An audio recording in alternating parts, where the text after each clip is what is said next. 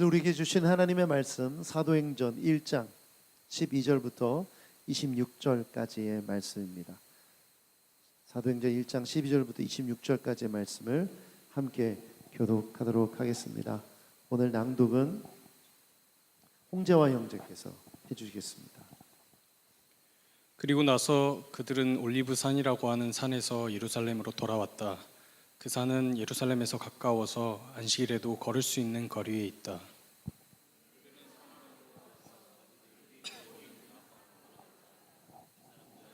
베드로와 요한과 야고보와 안드레와 빌립과 도마와 바돌로메와 마테와 알파오의 아들 야고보와 열심당원 시몬과 야고보의 아들 유다였다. 이들은 모두 여자들과 예수의 어머니 마리아와 예수의 동생들과 함께 한 마음으로 기도에 힘썼다.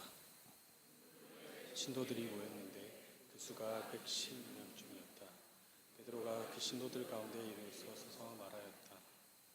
형제자매 여러분, 예수를 잡아간 사람들의 앞잡이가 된 유다에 관하여 성령이 다윗의 입을 빌어 미리 말씀하신 그 성경 말씀이 마땅히 이루어져야만 하였습니다. 그는 한 사람으로 이 직무에 한 몫을 맡았습니다.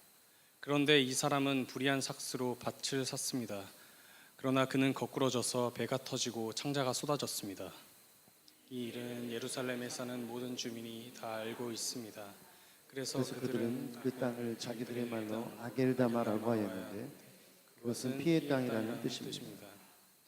시편에 기록하기를 그의 거처가 폐허가 되게 하시고 그 안에서 사는 사람이 없게 하십시오 하였고 또 말하기를 그의 직분을 다른 사람이 차지하게 해 주십시오 하였습니다. 그러므로 주 예수께서 우리와 함께 지내시는 동안에 곧 요한이 침례를 주던 때로부터 예수께서 우리를 떠나 하늘로 올라가신 날까지 늘 우리와 함께 다니던 사람 가운데서 한 사람을 뽑아서 우리와 더불어 부활의 증인으로 삼아야 할 것입니다. 그리하여 그들은 바사바라고도 하고 유스도라고도 하는 요셉과 마띠아 두 사람을 앞에 세우고서 기도하여 아뢰었다. 모든 사람의 마음을 다 아시는 주님, 주님께서 이 두 사람 가운데서 누구를 뽑아서 이 섬기는 일과 사도직의 직분을 맡게 하실지를 우리에게 보여주십시오. 유다는 이 직분을 버리고 제 갈 길로 갔습니다. 같이 읽겠습니다. 그리고 그들에게 제비를 뽑게 하니 마띠아가 뽑혀서 11 사도와 함께 사도의 수에 들게 되었다. 아멘. 사도행전 말씀을 함께 나누고 있습니다. 지난주에 이어서 말씀을 나눕니다. 지난주 우리는 하나님의 관심이 어디 있는가, 예수님의 관심이 어디 있는가 함께 나눴습니다. 예수님의 관심은 하나님의 나라에 있었다. 기억나시죠? 그런데 많은 제자들이 이 땅의 나라 이스라엘이 언제 회복됩니까? 이 땅의 질문을 하고 있었어요. 그리고 많은 제자들이 예수님께서 약속하신 성령을 기다리면서 기도해야 됨을 예수님이 말씀하셨죠. 그래서 예수님은 어떤 분이신가? 성령으로 세례를 주시는 분이시다. 성령의 세례가 무엇인가? 성령 안으로 들어가는 것이다. 성령 안으로 들어가는 것이다. 그리고 제자들이 다시 오실 예수님, 재림에 대한 예수님의 말씀을 듣고 나서 그들이 변화되었다라는 말씀을 함께 나눴습니다. 오늘 이어서 사도행전 1장의 뒷부분에 나오는 내용을 함께 나누려고 합니다. 예수님의 재림의 약속에 대한 말씀을 듣고 나서 제자들이 함께 모였습니다. 그들이 한 일이 무엇인가? 그것이 왜 중요한가? 오늘 그 말씀, 그 질문을 가지고 하나님의 말씀을 나누려고 합니다. 여러분, 지난주에 제가 말씀드렸던 것처럼 교회는 하나님의 계획입니다.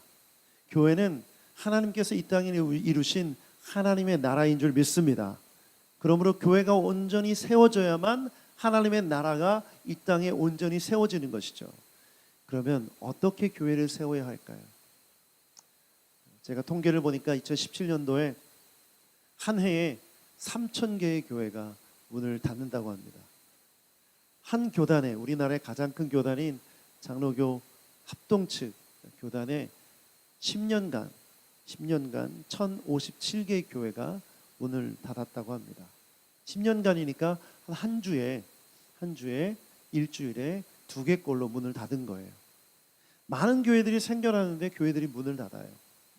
왜 이런 일이 있을까? 자료를 찾아보면 여러 가지 분석 기사들이 있습니다. 여러 가지 분석 기사들이 있는데 그 중에 하나가 뭔지 아세요? 담임 목사가 설교를 잘한다고 착각한다. 이것도 있더라고요. 별로 재미가 없군요. 저는 굉장히 와닿아서 이걸 이 말씀을 드리는데, 많은 교회들이 문을 닫아요.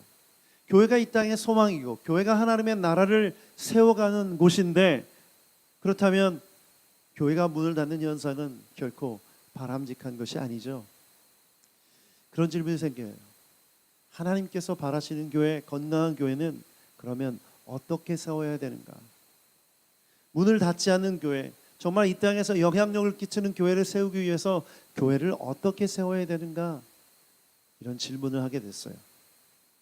여러분, 우리나라에 굉장히 충격적인 사건이 있었죠. 삼풍백화점이 무너진 사건.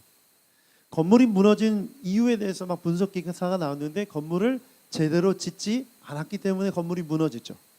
마찬가지로 교회 공동체가 문을 닫는다는 것은 교회 공동체를 제대로 세우지 못했기 때문인 것이죠.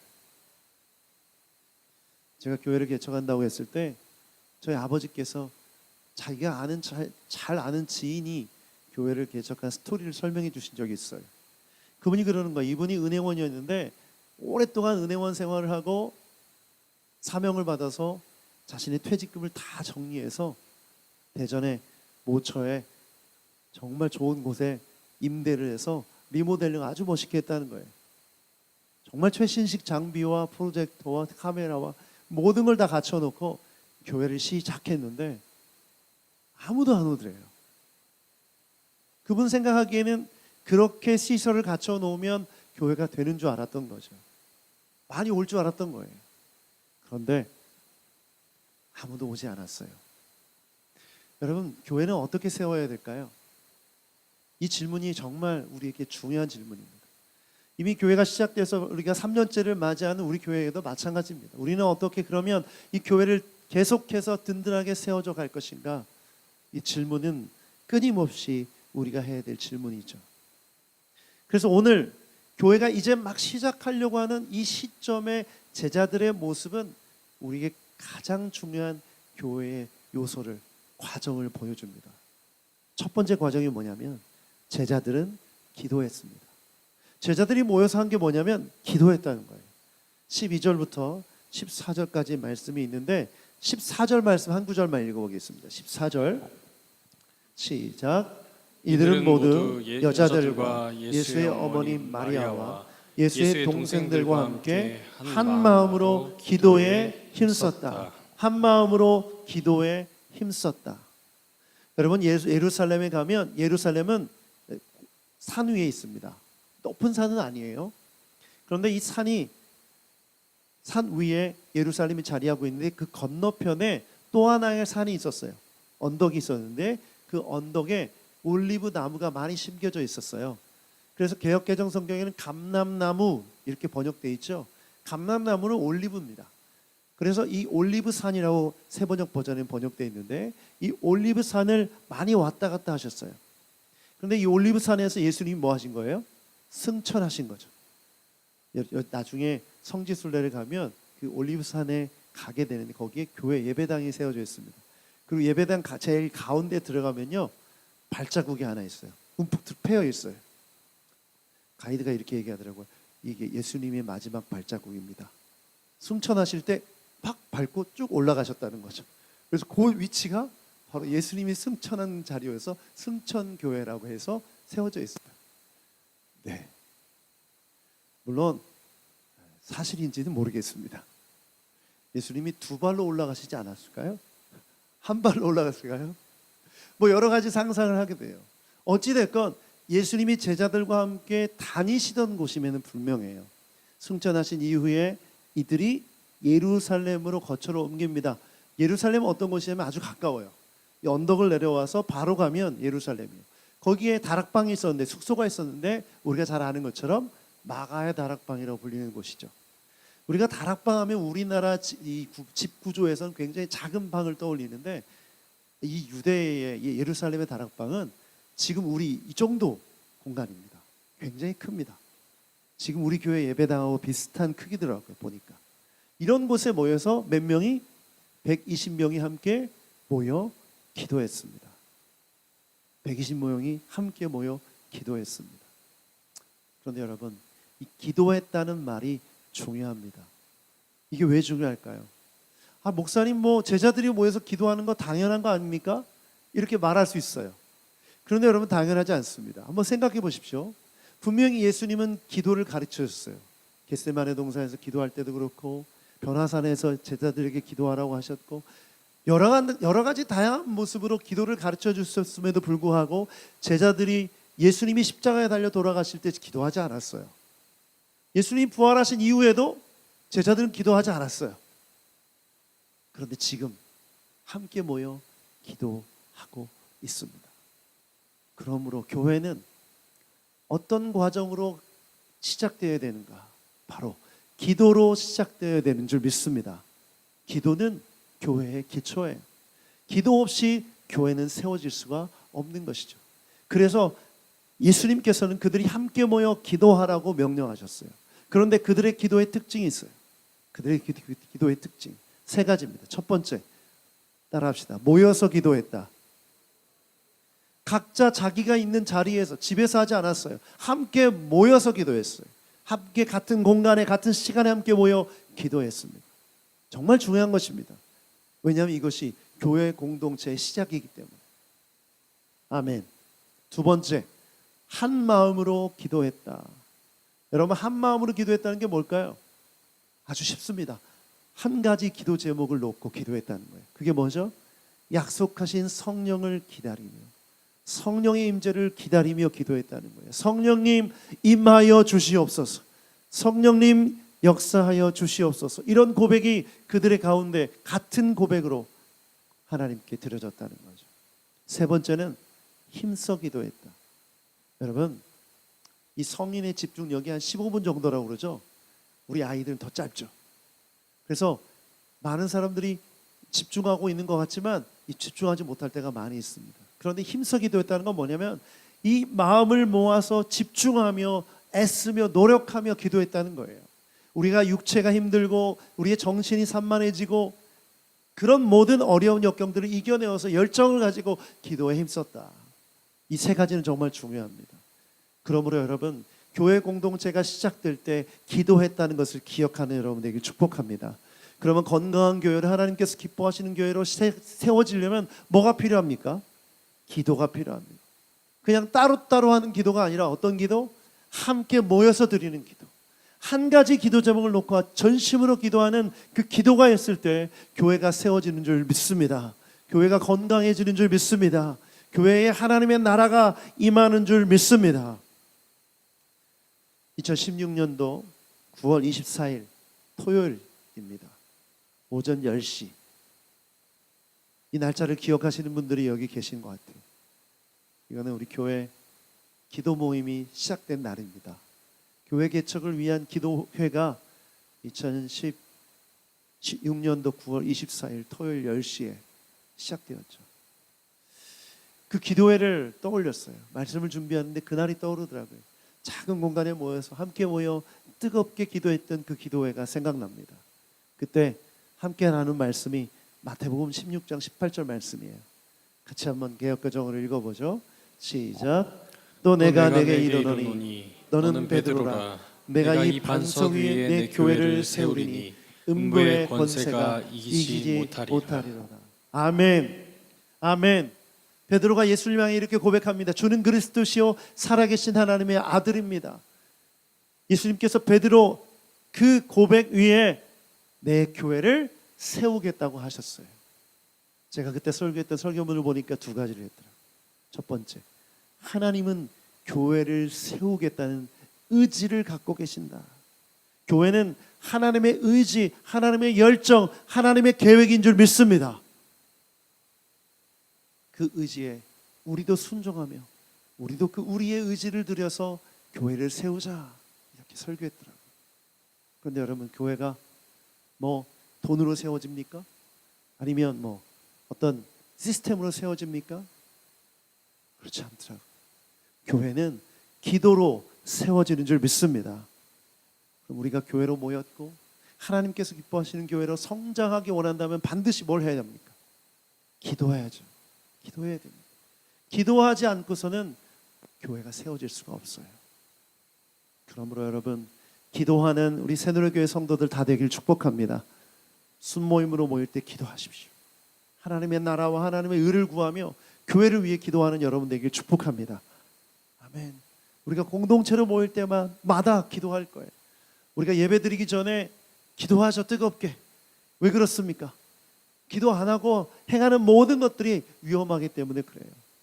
기도 없이 세워진 교회가 위험한 것처럼 기도 없이 행하는 모든 일이 위험하기 때문에, 그래서 우리가 예배 드릴 때도 기도하고 봉사할 때도 기도하고, 그 기도가 여러분의 삶 가운데 있기를 축복합니다. 중요한 게 있어요.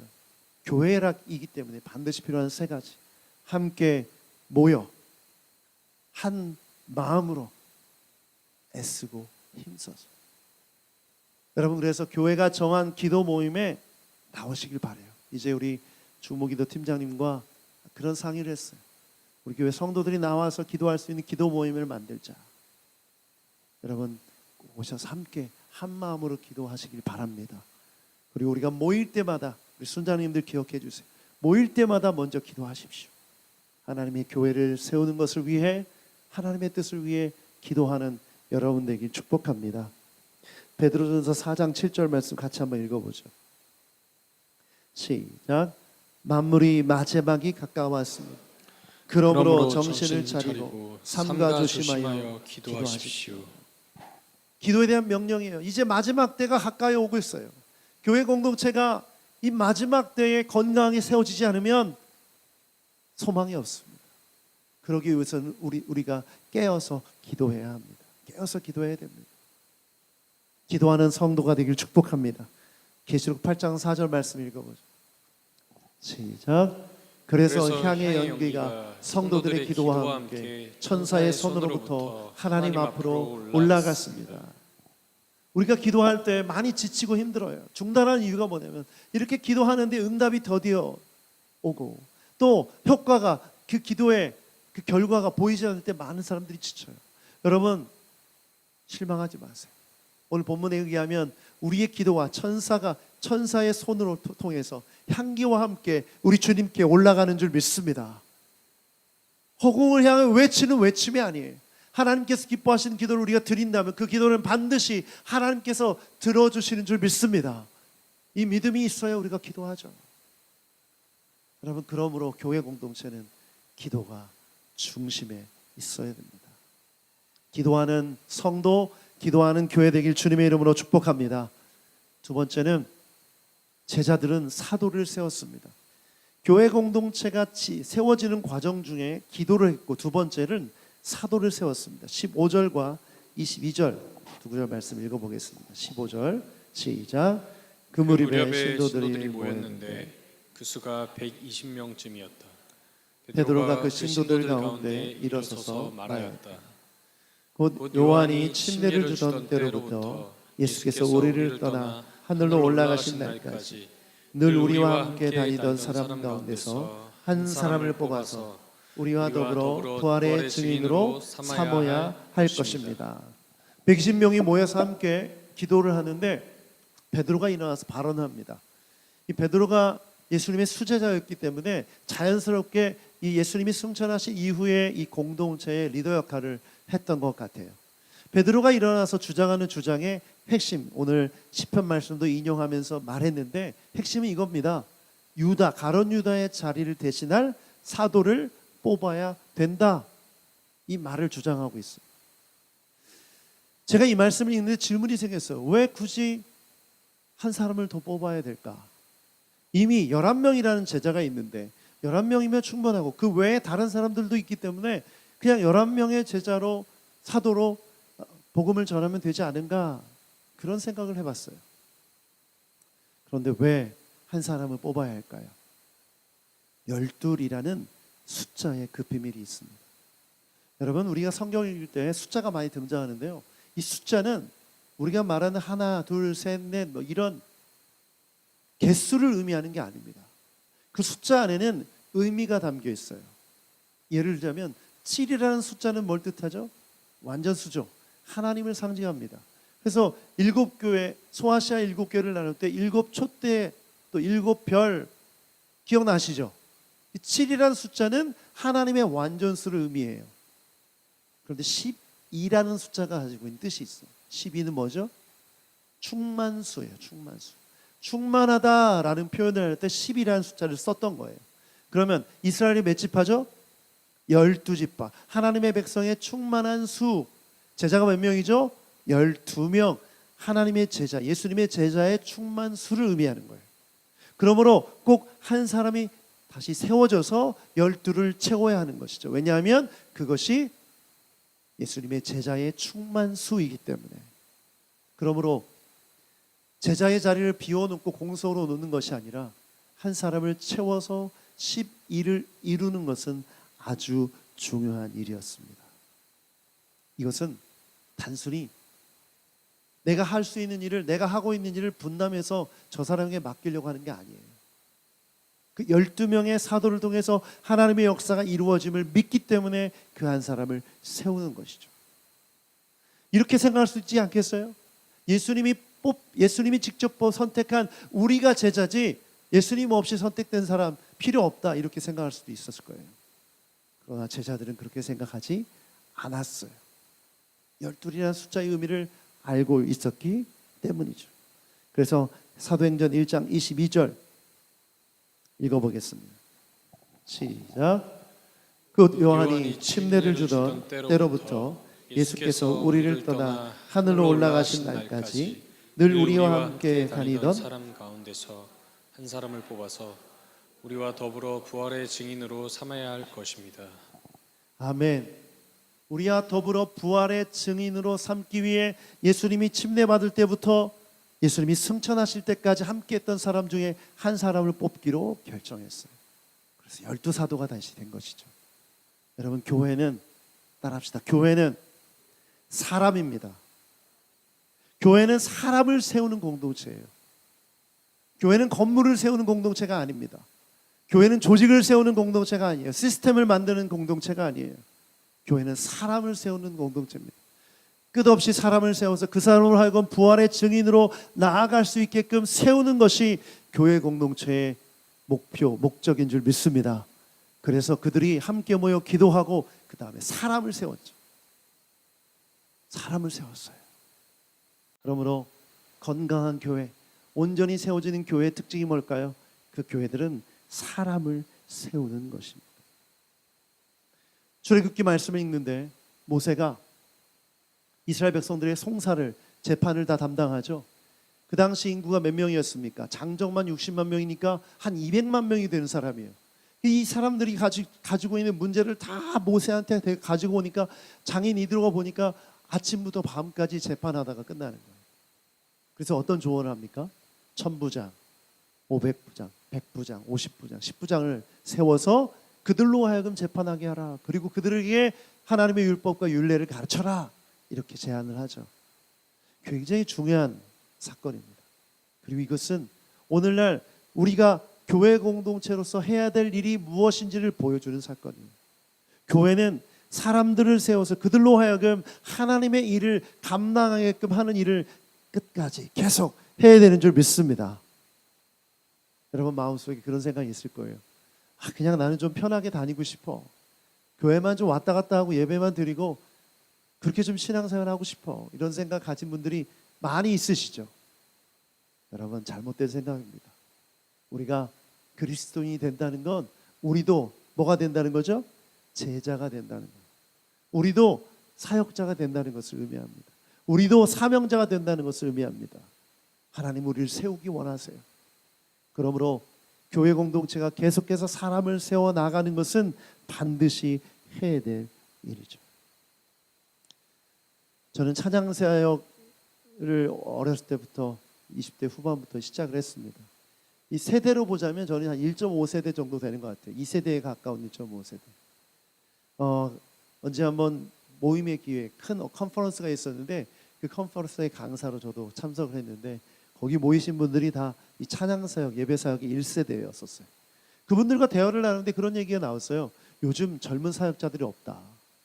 20대, 30대 초반에 사역자들이 없다. 뭐 이런 얘기들을 나누었어요. 그때 제가 그런 말 했어요. 그렇게 이 젊은 사역자들이 없는 이유가 없는 이유가 여러 가지가 있겠지만 나는 선배님들이 우리가 다음 세대를 키우지 않았기 때문이다라고 얘기했어요. 젊은 세대에게 기회를 주고 그 기회를 통해서 하나님의 사역자로 사역할 수 있는 장을 열어줘야 되는데 이미 인기가 있고 자리를 잡고 많은 사람들 앞에서 사역하던 그 사역자들이 모든 기회를 갖고 있으니까 결국 그 젊은 사역자들이 설 자리가 없지 않냐, 그런 얘기를 좀 나눴던 기억이 나요. 여러분, 교회의 생명력은 결국 다음 세대에게 달려 있습니다. 저도 보니까 이제 50을 향해 가고 있어요.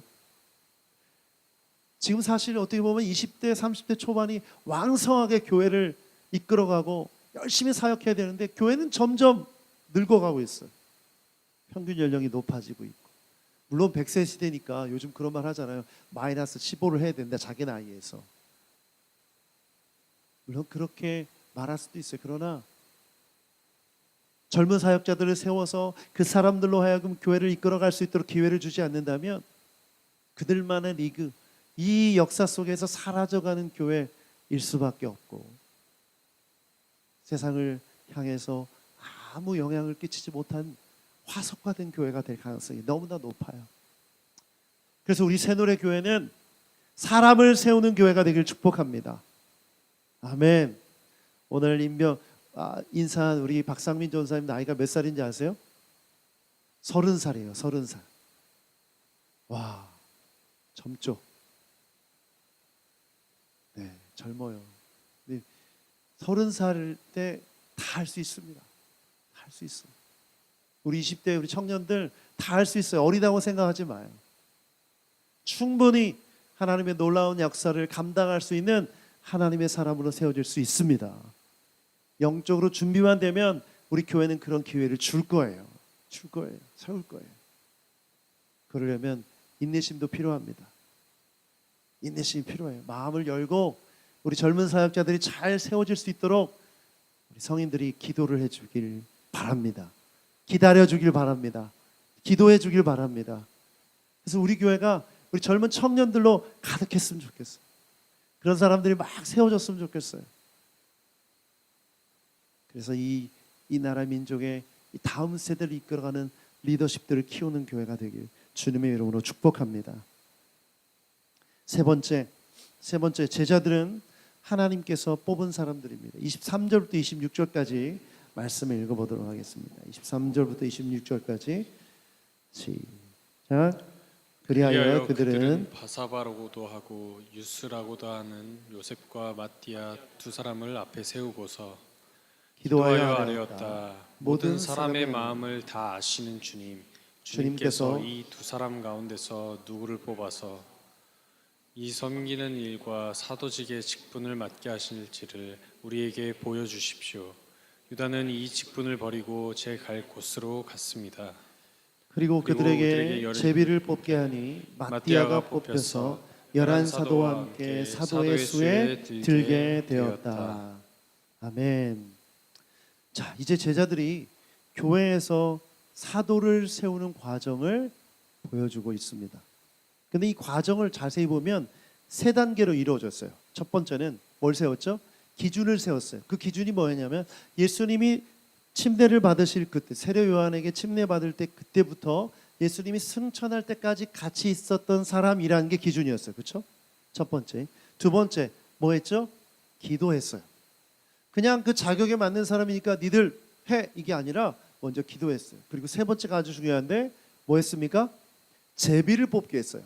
그런데 베드로가 제비를 뽑은 게 아니고 누가 제비를 뽑았죠?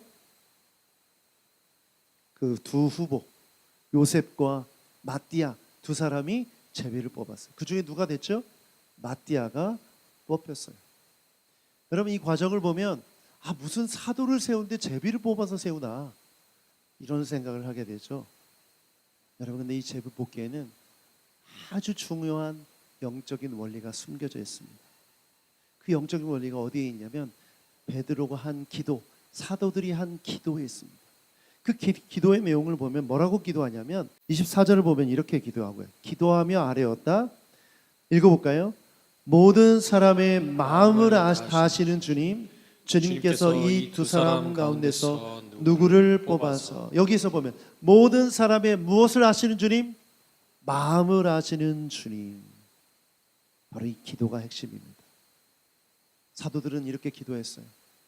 모든 사람의 마음을 아시는 주님께서 이 두 사람 중에 합당한 사람을 뽑아 주십시오. 이렇게 기도하는 거죠. 근데 왜 마음이 중요할까요? 그 사람의 학력, 그 사람의 외모, 그 사람의 어떤 경험 이런 게 중요하지 않고 왜 마음이 중요할까요? 하나님은 외모를 보시지 않고 중심을 보시기 때문에. 다윗이 생각나죠? 시편 78편 70절 말씀 읽어보겠습니다. 시작. 주님의 종 다윗을 선택하시되 양의 우리에서 일하는 그를 뽑으셨다. 다윗이 어디에서 일할 때? 양의 우리에서 일하는 다윗을 뽑으셨다는 거예요. 왜 다윗을 양의 우리에서 일하는데 그를 뽑았을까요? 만약 세상적인 스펙으로 본다면 다윗은 탈락입니다. 왕이 될 수가 없어요. 왕이 되려면 적어도 공부를 많이 해야죠. 좋은 학교를 졸업해야죠. 능력이 많아야죠. 그런데 다윗은 그런 능력을 가진 자가 아니었어요. 글도 못 읽었을 거예요 아마. 그런데 그를 왕으로 뽑으셨어요. 왜죠? 사무엘상 16장 7절. 우리가 정말 잘 아는 말씀이죠. 같이 읽어보죠. 시작. 그러나 주님께서 사무엘에게 이르셨다. 너는 그의 준수한 겉모습과 큰 키만을 보아서는 안 된다. 그는 내가 세운 사람이 아니다. 나는 사람이 판단하는 것처럼 그렇게 판단하지 않는다. 사람은 겉모습만 따라 판단하지만 나 주는 중심을 본다. 중심을 본다. 하나님은 사람을 뽑으실 때 그 중심을 보시는 줄 믿습니다. 지금도 대형 교회 가면 쌓이는 게 있어요. 큰 교회에 쌓이는 게 뭘까요? 이력서가 쌓입니다. 지금 대한민국에 신학교가 굉장히 많아요. 신학교 졸업생들이 대형 교회 이력서를 많이 내요. 우리 박상민 전사님도 내봤죠? 네. 많이 쌓여요. 지원자가 하도 많다 보니까 어떻게 뽑을까요? 한 사람 한 사람의 중심이 어떤지 볼까요? 결국 스펙을 보는 거예요. 어느 학교 출신인지, 어떤 경력이 있는지 이런 것들을 보게 되는 거죠. 교회 공동체는 이런 식으로 사람이 세워지면 안 되는데 마치 세상이 하는 것처럼 똑같이 하고 있는 모습을 보게 됩니다. 박상민 전사님 뽑을 때 이력서를 먼저 받지 않았어요. 저희 교회 청년으로 왔어요. 먼저. 그리고 대화하면서 상담하면서 계속 그 중심을 하나님께서 보시고 선택하시도록 기도했어요. 그리고 제가 전도사님께 그런 질문을 했어요. 하나님의 부르심이 확실하냐? 목회자로서의 소명이 확실한지 기도해봐라. 작정 기도해봐라. 그리고 그 기도 후에 찾아왔어요. 그 부르심을 받았다는 거예요. 제 마음이 기뻤어요. 우리 전도사님의 스펙이 어떤지 능력이 어떤지 상관없이 그 중심이 하나님께 들어졌다면 하나님의 종으로 쓰임받을 수 있는 충분한 조건이 되는 줄 믿습니다. 그럼 이것보다 더 중요한 게 어디 있습니까?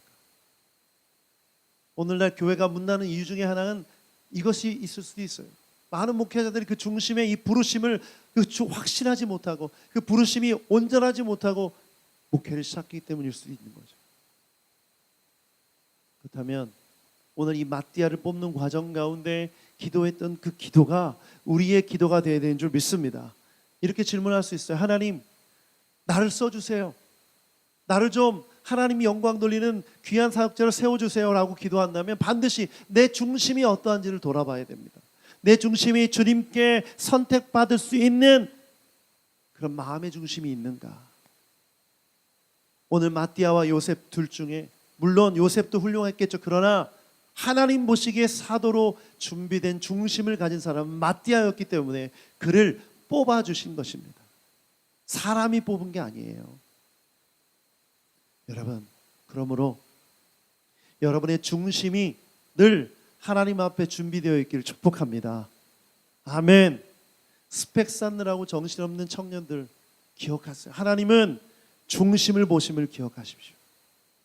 중심을 보심을 기억하십시오. 그러면 하나님께서 반드시 써 주실 것입니다. 한 번뿐인 인생, 저는 여러분이 꼭 주님께 쓰임 받았으면 좋겠어요. 그저 구원받으면 됐지, 교회 왔다 갔다 하고 예배만 드리고 끝나는 그런 인생이 아니라 주님께 쓰임 받는 인생 되길 축복합니다. 그러려면 여러분의 중심이 준비되어 있어요. 중심. 그렇게 우리가 선다면 우리 교회는 세상 속에서 하나님께서 기뻐하시는 교회로 온전히 세워질 줄 믿습니다. 비록 숫자가 적어도 관계없어요. 우리 중심이 준비되어 있다면 우리를 통해서 복음의 빛이 비춰질 줄 믿습니다. 우리 중심이 준비되어 있다면, 우리 중심이 하나님 안에서, 말씀 안에서, 그리스도 안에서 십자가를 붙들고 있다면 반드시 주님은 우리를 쓰십니다. 여러분 가운데 이 믿음이 있기를 축복합니다.